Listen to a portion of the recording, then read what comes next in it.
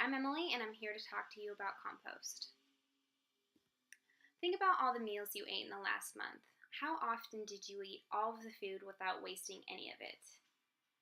If you didn't eat all of it, did you throw the rest away, or did you leave it in the refrigerator until it spoiled and then threw it away? There are two easy ways to completely eliminate your food waste. One is either to give it to somebody who has a pig, or if you own a pig, or compost it. While the majority of us don't own or know someone that owns a pig, all of us have the ability to compost. While composting may seem like collecting a pile of garbage, it is much more than that. It's the decomposition of organic material, which admittedly has garbage components, but only until the decomposition begins. The information I will be providing you comes from several sources, one of which is the U.S. Environmental Protection Agency's webpage, and also the University of Illinois' webpage. Over the next several minutes, I will be explaining what composting is, reasons why it's beneficial, and how to plan one. What is compost? Composting is turning organic materials from your everyday life and creating a nutrient-rich material that is used for fertilizer for soil. This occurs when a mixture of organic waste is collected together and is allowed to sit over a period of time until a natural decomposition begins. Although the origins of composting are not definitive, there is evidence provided by the University of Illinois that composting predated Moses' lifespan by 1,000 years. Moses is recorded to have been born in 1393 BCE, which makes composting approximately 4,500 years old. In its original form, composting was manure and grassy hay-like material mixed together, used for soil, benefiting soil. There is mention of composting from civilizations predating all the way back to ancient Arab texts, the Roman Empire, and indigenous people of North America. In 1905, Sir Albert Howard, a British scientist, studied the composition of soil and experimented in organic gardening and farming. After 30 years of research, he published a book in 1943, which led to the renewed interest of composting to the American masses.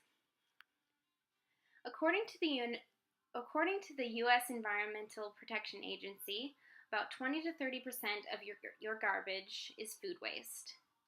If you were able to compost that organic material instead of throwing it away, that material would be prevented from going to the landfill. Any organic material prevented from going to the landfill reduces the amount of greenhouse gases that landfills naturally produce. And greenhouse gases are the leading cause of global warming. Fully decomposed soil, or compost, is homemade fertilizer without any of the chemicals that the store-bought fertilizer contains. Compost also improves the structure of the soil by allowing the soil to retain its natural nutrients, moisture, and air.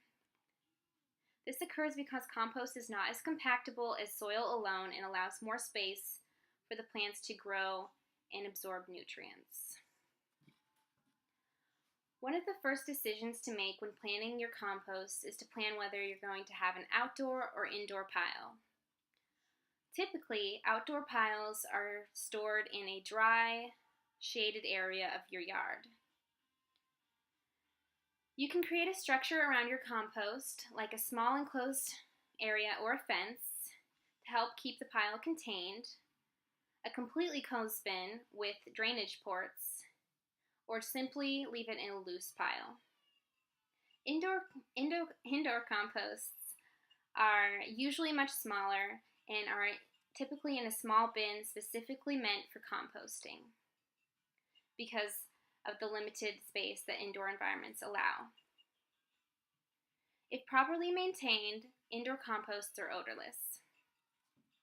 Compost is made from three key groups of organic material: browns, mainly composed of dead leaves, branches, and or twigs; greens, composed of grass clippings, vegetable waste, and or coffee grounds; and then most importantly, water, which allows the right mixed balance of moisture for your compost that it requires to decompose all this organic material.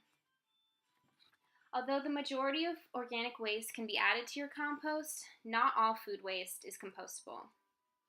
Bones, meat, and dairy products, and animal waste are all unsuitable for compost due to the way those products break down. The chemical reaction of their decomposition counteracts with the beneficial gases that are released from the standard compost materials.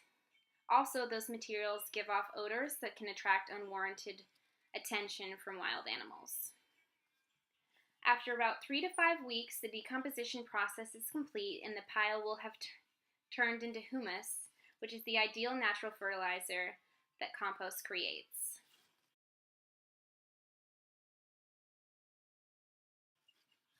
Composting is available for everyone, from apartment dwellers to homeowners. The process involves taking organic materials and allowing them to decompose until they form an organic fertilizer ideal for all types of plants. Creating a compost is relatively simple and if you follow the steps, and can be ready for use after a relatively short period of time. So now that you've learned what compost is and how to create one, you can confidently say that you know how to eliminate your food waste via the process of composting. Thank you.